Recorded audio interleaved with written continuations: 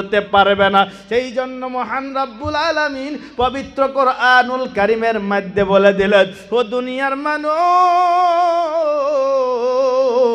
ওয়ামা আরসালনাকা ইল্লা রাহমাতাল লিল আলামিন।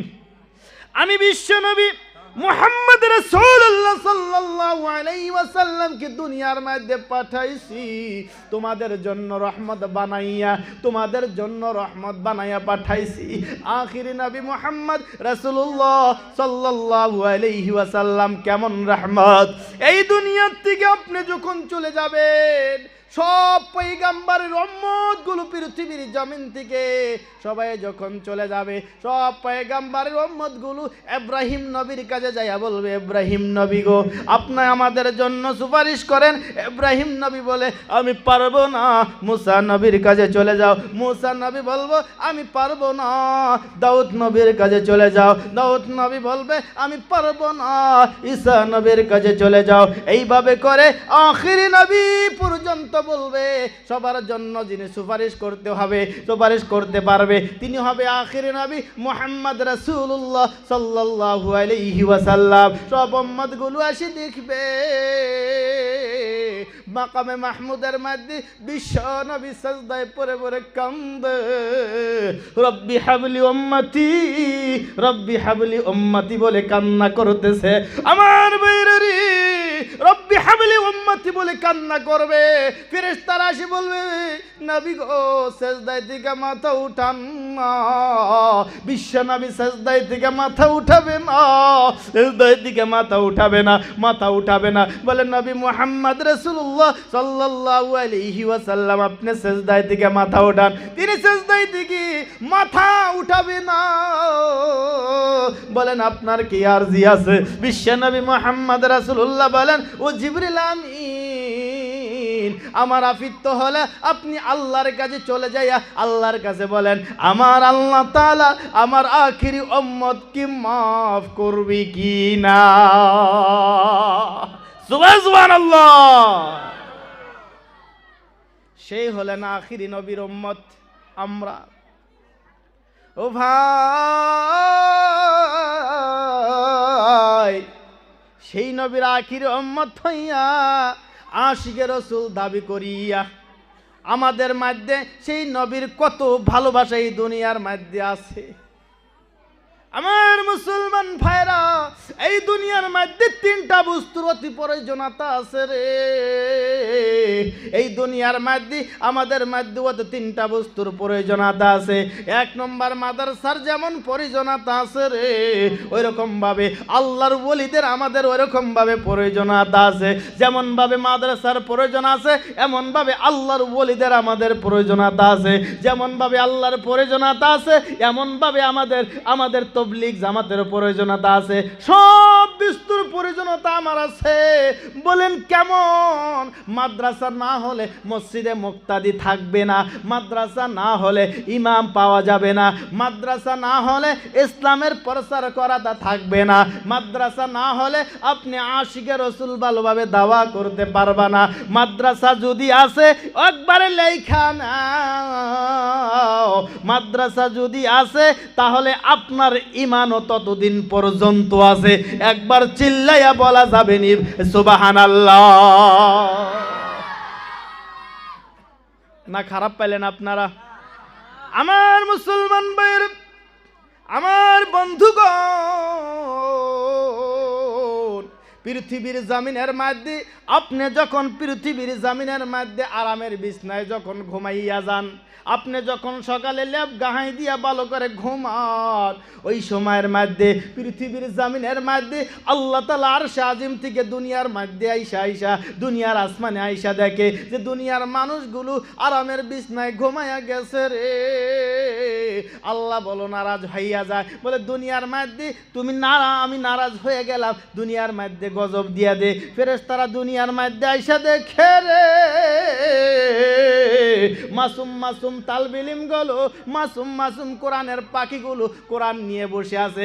আপনি যখন আরামের বিছনায় ঘুমায়া থাকেন ওই সময়ের মধ্যে দেখবেন মাসুম মাসুম বাচ্চাগুলো কোরআন শরীফ পড়তেছে, কোরআন তেলাওয়াত করতেছে। আপনার যখন নাকের মধ্যে গ্যাংরানি শব্দ ওঠে রে ওই সময়ের মধ্যে মাসুম মাসুম কোরআনের পাখিগুলো কোরআন তেলাওয়াত করতেছে। বিসমিল্লাহির রহমানির রহিম, আলহামদুলিল্লাহি রাব্বিল আলামিন, আর রহমানির রহিম। ফেরেশতারা আসিয়া বলে আল্লাহ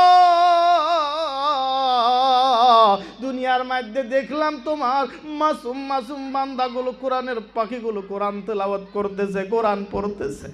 আমার আল্লাহ ডাক দে ফেরেশতারা রে সাক্ষী থাক, সাক্ষী থাক, এই মাসুম মাসুম বাচ্চা কোরআনের মোহাব্বত রাখার জন্য, কোরআনের ভালোবাসা রাখার জন্য আমি প্রত্যেক ওই অঞ্চলের প্রত্যেকজন মানুষকে আজকের জন্য আমি মাফ করিয়া দিলাম। কোন সুবহানাল্লাহ। বলেন এই মাদ্রাসার প্রয়োজনীয়তা আছে না নাই? প্রয়োজনীয়তা আছে নাই? এই মাদ্রাসার দরকার আছে না নাই? বলেন এই মাদ্রাসার সাথে আমরা মোহাব্বত রাখবো কিনা? এই মাদ্রাসাকে আমরা ভালোবাসবি কিনা? আমার মুসলমান ভাইয়ের, আমার বন্ধুরে, এই পৃথিবীর জমিনের মধ্যে যদি আপনি মাদ্রাসাকে মোহাব্বত রাখেন ফায়দা কি হবে? আপনি যদি মাদ্রাসাকে ভালোবাসেন আপনার লাভ কি হবে?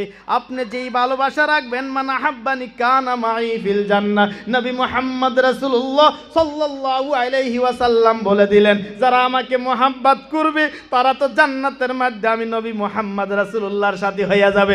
একবার চিল্লাইয়া বলা যাবে নি ভাই সুবহানাল্লাহ? আমার মুসলমান ভাইয়ের ভাইবার বলেন মোহাব্বতের পরিচয়টা কি? মোহাব্বতের রাস্তাটা কি? আশিক রাসূল বললে কেমন ভাবে বলতে হবে, কেমন ভাবে আমাদের কাজ করতে হবে?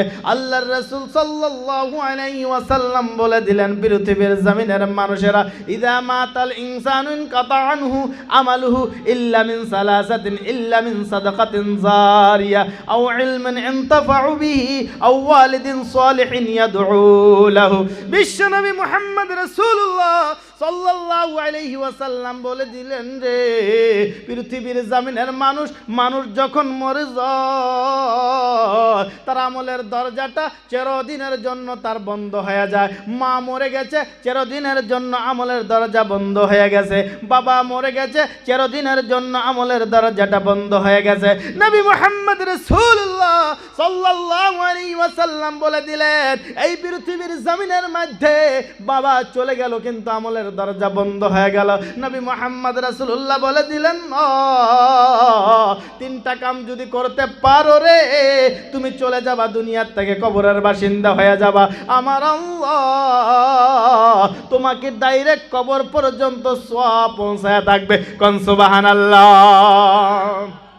আমার মুসলমান ভাইরা, আমার বন্ধুগণ, এক নম্বর হলো ইল্লা মিন সালাসাতিন, ইল্লা মিন সাদাকাতিন জারিয়া, সাদকায়ে জারিয়া। বলে সাদকায়ে জারিয়াটা কি? পৃথিবীর জমিনের মধ্যে মাদ্রাসা বানায়া দেওয়া, মাদ্রাসা বানায়া দেওয়া, মসজিদ বানায়া দেওয়া, ঘর বানায়া দেওয়া। পৃথিবীর জমিনের মধ্যে রাস্তার কিনারে পাইলে একটা গাছ লাগায়া দেওয়া, ওই গাছের মধ্যে পাকিয়ে গান গাইবে, ওই গাছের মধ্যে পাকিয়ে বাসা বানবে, ওই গাছের মধ্যে পাকিয়ে বসবে, ওই গাছের মধ্যে পাইয়ে আহার পান করবে। আপনি চলে যাবেন কিন্তু আপনি সওয়াবটা পৌঁছে থাকবো। কোন সুবহানাল্লাহ। শুধু তাই না রে, বিশ্বনবী মুহাম্মদ রাসূলুল্লাহ সাল্লাল্লাহু আলাইহি ওয়াসাল্লাম বলেন তুমি দুনিয়ার থেকে চলে গেলা, তোমার পৃথিবীর জমিনের মধ্যে কোনো কর্ম নাই, কোনো নজির নাই। দুনিয়ার মধ্যে একটা টাইমের মধ্যে তুমি মাদ্রাসা বলো এবং মসজিদের মধ্যে, মাদ্রাসার মধ্যে একটা ঘরের মধ্যে তুমি ইট লাগায়া দিছো, একটা ঘরের মধ্যে তুমি কিছু টাকা দান করে দিয়েছো, তুমি চলে গেলা রে। কিয়ামত পর্যন্ত মাদ্রাসা থাকবে। আমার আল্লাহ তোমার আমল নামায় এমনি ভাবে সওয়াব পৌঁছাইতে থাকবে। কোন সুবহানাল্লাহ। আমার মুসলমান ভাইরা, আমার বন্ধুগণ, এই পৃথিবীর জমিনের মধ্যে 2 নম্বর হলো দুনিয়ার মধ্যে যদি আর একটা কাম তুমি করতে পারো, তুমি কিচ্ছু করতে পারো নাই, জীবনে কোরআন পড়তে পারো নাই, কোরআনের মহাব্বত তোমাদের মধ্যে নাই, কিন্তু দুনিয়ার মধ্যে আও ইলমুন ইনতাফাউ বিহি, তুমি এই দুনিয়ার মধ্যে ইলম হাসিল করেছো, ইলম শিক্ষা অর্জন করেছো, কোরআন পড়েছো, কোরআন পড়ে তুমি অন্যজনকে কোরআনের রাস্তায় নিয়ে আসছো, তুমি নামাজ পড়েছো, আবার অন্যজনকে তুমি জ্ঞান দিয়েছো, তুমি জ্ঞান অর্জন করেছো, আবার অন্যজনকে জ্ঞানের আহ্বান তুমি জানাইছো, নিজে জলসায় আসছো, আবার আরেকজনকে জলসায় আসার জন্য তুমি আহ্বান জানাইছো। এমন যদি করতে পারো রে, তুমি দুনিয়ার থেকে চলে যাবা, তোমার আমল নামায় সাদকায়ে জারিয়া হিসাবে সওয়াব পৌঁছতে থাকবে। কোন সুবহানাল্লাহ। আমার মুসলমান ভাইরা, লম্বা করব না, বিশ্ব নবী মুহাম্মদ রাসূলুল্লাহ সাল্লাল্লাহু আলাইহি ওয়াসাল্লাম বলে দিলেন,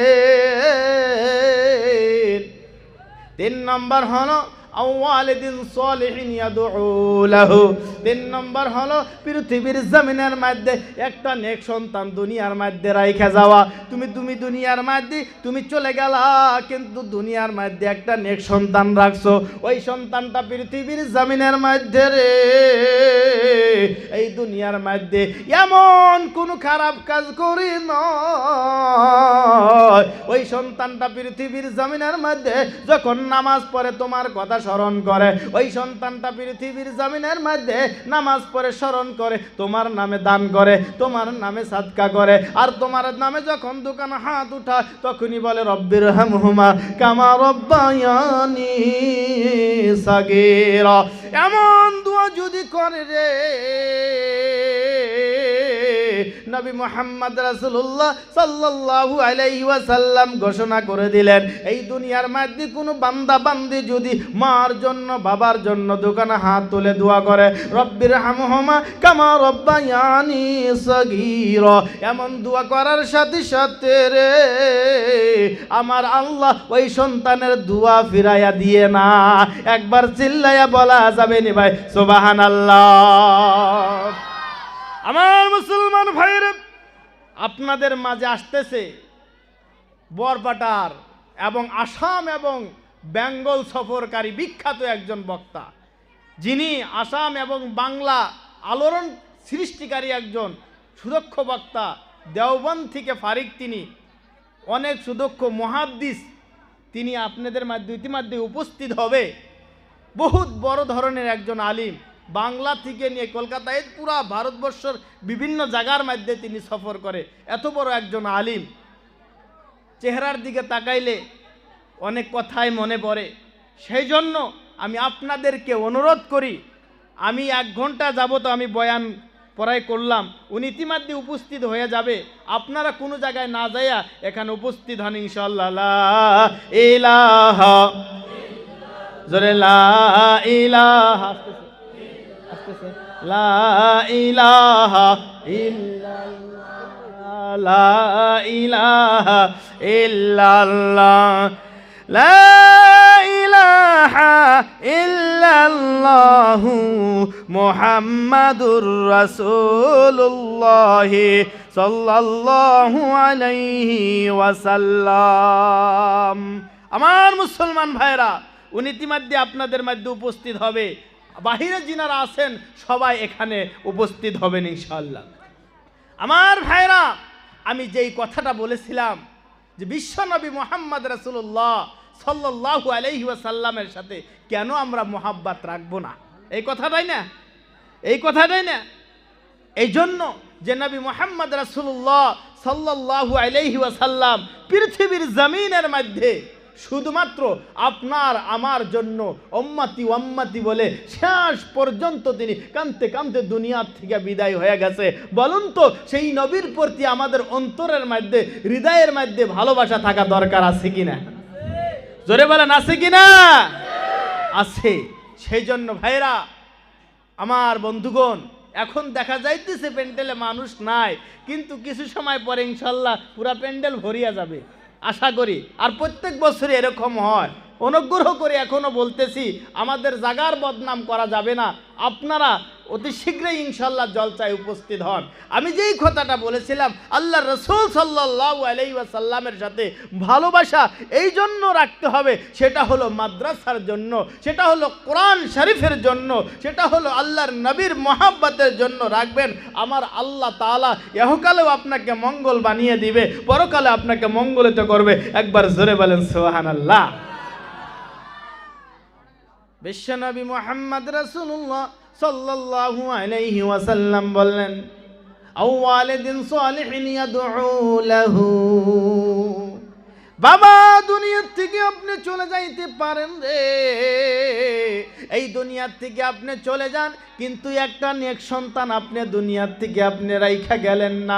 10টা সন্তান বানাইছেন, কাউকে ইঞ্জিনিয়ার বানাইছেন, কাউকে পরহেজগার বানাইছেন, কাউকে আপনি ব্যারিস্টার বানাইছেন, কাউকে আপনি ইঞ্জিনিয়ার বানাইছেন, কিন্তু একটা সন্তান যদি আপনি পরহেজগার বানান নাই, নামাজি বানান নাই, ইলমে শিক্ষাওয়ালা বানান নাই, তাহলে মনে রাখবেন বাবা, পৃথিবীর জমিনের মধ্যে ইঞ্জিনিয়ার বানাইতে পারেন রে, পরহেজগার বানাইতে পারেন, কিন্তু আপনি যখন চলে যাবেন আপনার কবরের কাছে বসিয়া হাত তুলে দোয়া করার জন্য কেউ থাকবে না। সেই জন্য দুনিয়ার মধ্যে নিজে আলিম হইতে পারেন না, তাহলে নিজের সন্তানকে আলিম বানান। আলিম বানাইতে পারেন নাই, আপাতত চেষ্টা করেন আমি আলিমের বাপ হব, তাও যদি আমি পারি নাই, অন্তরের মধ্যে কল্পনা নিব আমি আলিমের দাদা হব, তাও যদি আমি পারি নাই, অন্তরের মধ্যে গাতিয়া নেন আমি আলিমের নানা হব, তাও যদি পারেন নাই, অন্তরের মধ্যে গাতিয়া নেন আমার ছোট ভাইকে আলিম বানাইব, যাতে শেষ মুহূর্তের টাইমে যখন কবরের পাশে দাঁড়ানো হবে আমার ভাই যেন আমার জানাজাটা পড়াইতে পারে, যখন শেষ টাইমে যখন আমার ভাই আমার নাতি যেন আমার পাশে দাঁড়াইয়া জানাজা পড়াইয়া কবরের মধ্যে যাতে রাখতে পারে। এমন যদি করতে পারো রে,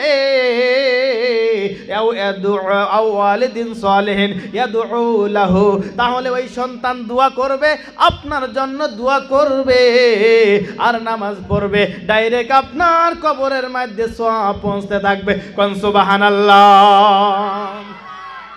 আমার মুসলমান ভাইরা, বিশ্বনবীর বেটি মা ফাতিমা রাদিয়াল্লাহু তাআলা আনহা, যিনাকে জান্নাতের সার্টিফিকেট দেওয়া হয়েছিল, যাকে জান্নাতে সার্টিফিকেট দেওয়া হলো জান্নাতু সাইয়্যিদাতুন নিসা আহলিল জান্নাহ, জান্নাতের মহিলাদের যিনি সরদারিনী হবেন রে, এই পৃথিবীর জমিনের মধ্যে বিশ্বনবীর বেটি থাকার পরেও এই দুনিয়ার মধ্যে কোনোদিন আরামের ঘুম ঘুমাইতে পারে নাই, এই দুনিয়ার মধ্যে কোন আরামের খানা তিনি খাইতে পারে না, এই দুনিয়ার মধ্যে কোনো ভালো কাপড় কোনোদিন পরিধান করতে পারে নাই। আমার মুসলমান ভাইরা রে,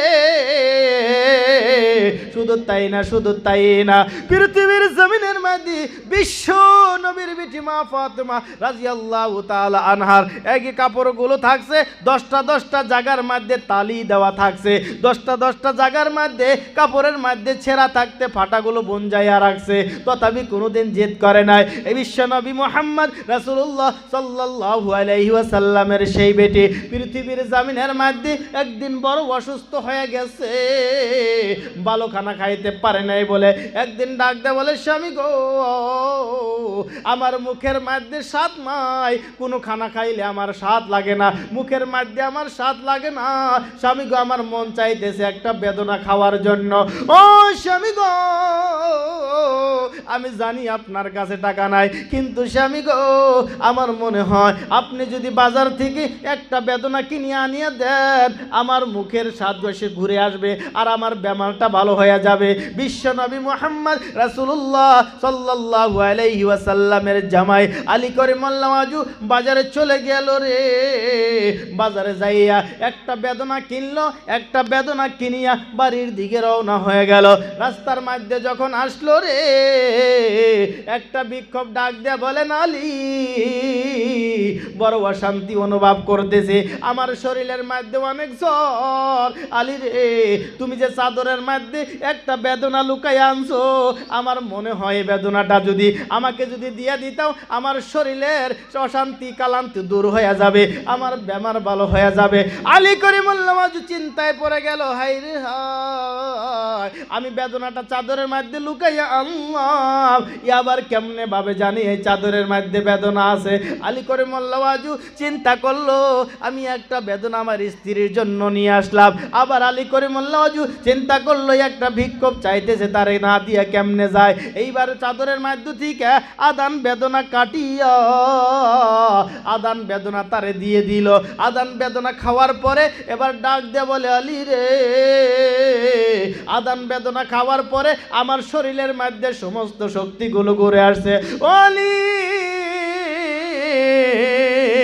আপনি যদি আর আদান বেদনা দিয়ে দেন আমার মনে হয় আমার শরীরের মধ্যে সমস্ত শক্তিটা ঘুরিয়ে আসবে। আলী এবারে আলী করিমুল্লাহ ওয়াজু বড় চিন্তায় পড়ে গেল, বিপদে পড়ে গেল, বলে কি করা যাবে।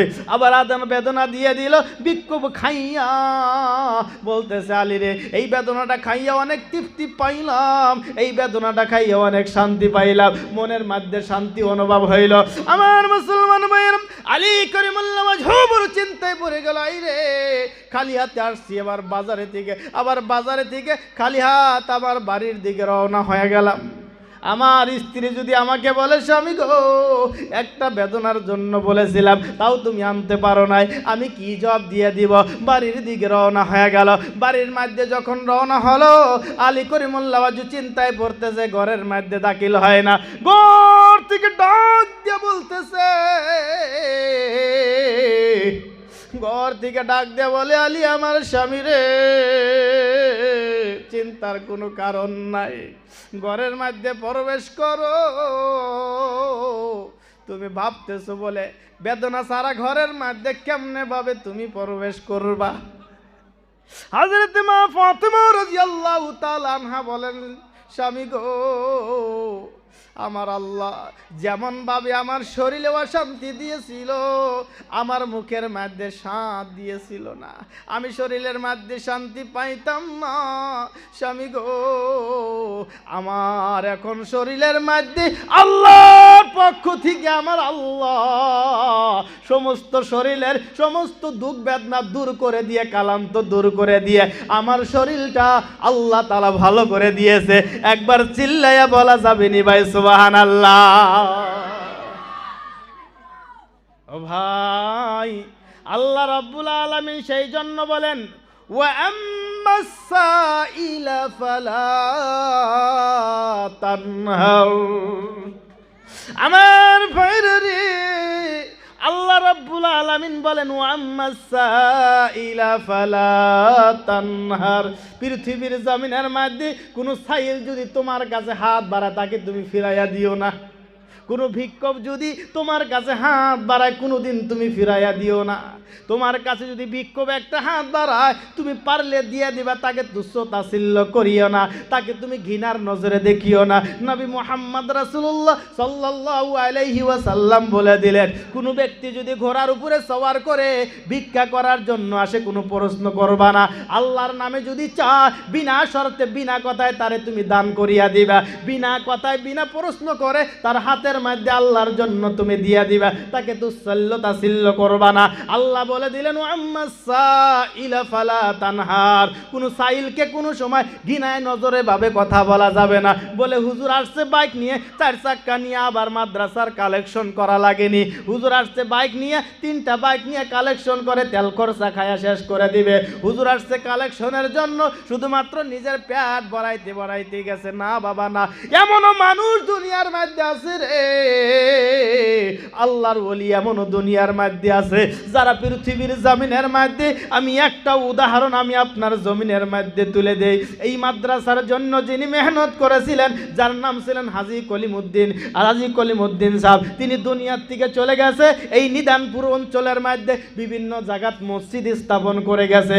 এই অঞ্চলের বিভিন্ন জায়গার মধ্যে মসজিদ বানায়া গেছে, এই অঞ্চলের বিভিন্ন জায়গার মধ্যে মসজিদ বানায়া গেছে, মাদ্রাসা বানায় গেছে, এই মাদ্রাসার প্রতি মেহনত করে চলে গেছে রে। আপনি যাবেন তার বাড়ি গোয়ালপাড়াতে, দেখবেন না তার জমি আছে, না তার টাকা আছে, না তার বাড়ি আছে রে। একজন বড় অফিসার ছিল, কিন্তু দুনিয়ার মধ্যে কিছুই কইরা যায় নাই, দুনিয়ার মধ্যে সম্পত্তিও করে নয়, দুনিয়ার মধ্যে বিল্ডিংও বানায় নাই, দুনিয়ার মধ্যে কিছুই বানায় নাই, দুনিয়ার থেকে চলে গেছে। কিন্তু বাবা আজকে স্টেজের মধ্যে প্রত্যেক বছরের মধ্যে মাদ্রাসার মধ্যে গেলে, কোনো মসজিদের মধ্যে গেলে হাজী কলিমুদ্দিনের কথা কেন স্মরণ হয়? আমার আল্লাহ কবুল করে নিয়েছে কলিমুদ্দিন রে। দুনিয়ার মধ্যে টাকার সম্পদ গড়াইলি না, দুনিয়ার মধ্যে সম্পত্তির পাহাড় গড়াইলি না, আমি আল্লাহর ভালোবাসার জন্য দুনিয়ার মধ্যে ভালোবাসা স্থাপন কইরা গেছ। এই জন্য আমি আল্লাহ কলিমুদ্দিন রে, তোর আমল কবুল হয়ে গেছে। আমার মনে হয়, আমার ব্যক্তিগত মনে হয় হাজী কলিমুদ্দিন রে আল্লাহ তাআলা জান্নাতের মধ্যে স্থান দিয়ে দিব। কোন সুবহানাল্লাহ। ও ভাই, এই পৃথিবীর জমিনের মধ্যে এমন এমন মানুষ আছে গো, যারা দুনিয়ার মধ্যে আল্লাহর জন্য অনেক কাম করেছে, আল্লাহর জন্য অনেক কষ্ট করছে, নিজের শরীরের দিকে তাকায় নাই, এমনি ভাবে চলে গেছে। আপনি যখন আরামের বিছনায় ঘুমাইয়া যান, এই অঞ্চলের মধ্যে অনেক আল্লাহর ওলি আছে, যারা মসজিদের মধ্যে সেজদায় পড়ে পড়ে প্রভুর কাছে কান্দে, রব্বির হামহুমা কামা রব্বায়ানি বলে মার জন্য কান্দে, আর আল্লাহর কাছে দোয়া করে, আল্লাহ পৃথিবীর জমিনের মানুষ বুঝে না, তোমার একজন গুনাহগার বান্দা হইয়া মসজিদের মধ্যে সিজদায় পড়ে পড়ে কান্দি, আল্লাহ তুমি অঞ্চলের মানুষকে হেদায়েত করে দাও, আল্লাহ তুমি এই অঞ্চলের মানুষকে নামাজি বানাইয়া দাও, আল্লাহ এই অঞ্চলের মানুষকে আশিকে রাসূল বানাইয়া দাও, আল্লাহ তুমি এই অঞ্চলের মানুষকে নবীর মহব্বতে পাগল করে দাও, নবীর ভালোবাসায় তুমি পাগল করে দাও। ও বাবা, মনে রাখবেন একটা কথা বলি রে, বিশ্ব নবীর ভালোবাসা নাই, তার জীবনটা বেকার হয়ে যাবে। বিশ্ব নবীর ভালোবাসা নাই, তার জন্য কোনো কিছুই নাই। নবী মুহাম্মদের আশিক হতে পারেন না, আপনার জন্য কোনো কামিয়াবি নাই। আপনি বিশ্ব নবীর আশিক হয়ে গেলেন, আল্লাহ তাআলা পৃথিবীর জমিনের মধ্যে আপনাকে কামিয়াব করে দিবে। আল্লাহর রাসূল মুহাম্মদ সাল্লাল্লাহু আলাইহি ওয়াসাল্লাম যেই শরীরের মধ্যে হাত রেখে দিছে, ওই শরীর আগুনে জ্বলবে না, ওই শরীরের মধ্যে আগুন লাগবে না, ওই শরীরের মধ্যে আগুনে স্পর্শ করতে পারবে না। যেমন ছিলেন উক্কাশা, উক্কাশা এমন একজন সাহাবী ছিলেন, শুধুমাত্র বিশ্ব নবীর নবুয়ত দেখার জন্য পাগল ছিলেন। উক্কাশা এমন একজন সাহাবী ছিলেন, একদিন ডাক দিয়ে বলেন, গো বিশ্ব নবী যখন আখিরি মন্তব্য করে ফেলেন, আমি দুনিয়ার থেকে বিদায় হয়ে যাব, আমার আর দুনিয়ার মধ্যে বেশি সময় নয়, আমি দুনিয়ার থেকে চলে যাব, আমি দুনিয়ার থেকে বিদায় হব, আমি দুনিয়ার থেকে বিদায় হব, আর দুনিয়ার মধ্যে আমার সময় নাই। এই কথা বলার সাথে সাথে সাহাবীরা রে, তোমাদের মধ্যে কেউ কারো আপিত্য আসেনি, আমি নবীর প্রতি কারো আপিত্য আসেনি, কারো দাবি দুরা আসেনি। এমনি ভাবে সব সাহাবী বলেন, ইয়া রাসূলুল্লাহ, আমাদের কি দাবি থাকতে পারে, আমাদের কি দাবি থাকতে পারে? ইয়া রাসূলুল্লাহ, কারো দাবি নাই। ওই মাত্র একজন সাহাবী উক্কাশা তিনি ডাক দেয়া বলেন, ইয়া রাসূলুল্লাহ, ইয়া হাবিবাল্লাহ, আমি উক্কাশার দাবি আছে। বলে কি দাবি আছে? বলে আমার একটা দাবি আছে, যে আপনি যুদ্ধের ময়দানে আমি উক্কাশাকে লাঠি দিয়ে আপনি গুতা দিয়েছিলেন, আপনি যুদ্ধের ময়দানে লাঠি দিয়ে আমার শরীরের মধ্যে আপনি আঘাত করেছিলেন, যতক্ষণ পর্যন্ত আমি উক্কাশা নবী মুহাম্মদ রাসূলুল্লাহকে আঘাত না করব, আমি ততক্ষণ পর্যন্ত আমি আপনাকে মাফ করব না। বিশ্ব নবী বলে দিলেন, না, তুমি যদি আঘাত করতে চাও তাহলে তুমি করতে পারো, প্রতিশোধ তুমি নিতে পারো। হযরত মা ফাতেমা বলেন, না উক্কাশা, আমার আম্মার কাছে আমি ওয়াদা করেছি, আমার আম্মা চলে যাওয়ার পরে আমার আব্বা জান ইতিমকে আমি কাউকে আঘাত করতে দিব না, মারতে লাগে আমি ফাতেমাকে মারো, কিন্তু বিশ্ব নবীর শরীরের মধ্যে আঘাত করা যাবে না। এই কথা বলার পর বলেন, না না, যতক্ষণ পর্যন্ত আমি প্রতিশোধ না নিব ততক্ষণ পর্যন্ত আমি তাকে মাফ করে দেব না। নবী মুহাম্মদ রাসূলুল্লাহ সাল্লাল্লাহু আলাইহি ওয়াসাল্লাম বলেন, উক্কাশা চলো চলো চলো, কোন জায়গায় তুমি প্রতিশোধ নিবা? বলে চলো। বলে আপনি যখন আমাকে আঘাত করেছিলেন ওই জমিনের জীবনের মধ্যে আমাকে কেউ দেখে নাই, কেউ আমাকে দেখে নাই। সেই জন্য আমি যখন প্রতিশোধ নিব একটা ঘরের মধ্যে নিয়ে যাব, ওই ঘরের মধ্যে কেউ থাকতে লাগে না। ঘরের মধ্যে নিয়ে গেল, ঘরের মধ্যে নিয়ে যাইয়া বিশ্ব নবী মুহাম্মদ রাসূলুল্লাহকে সাল্লাল্লাহু আলাইহি ওয়াসাল্লামকে বলেন, ইয়া রাসূলুল্লাহ, ইয়া হাবিবাল্লাহ, আমি এখন প্রতিশোধ নিব। নবী মুহাম্মদ রাসূলুল্লাহ সাল্লাল্লাহু আলাইহি ওয়াসাল্লাম বলেন, প্রতিশোধ নিতে হয়, নিয়ে নাও।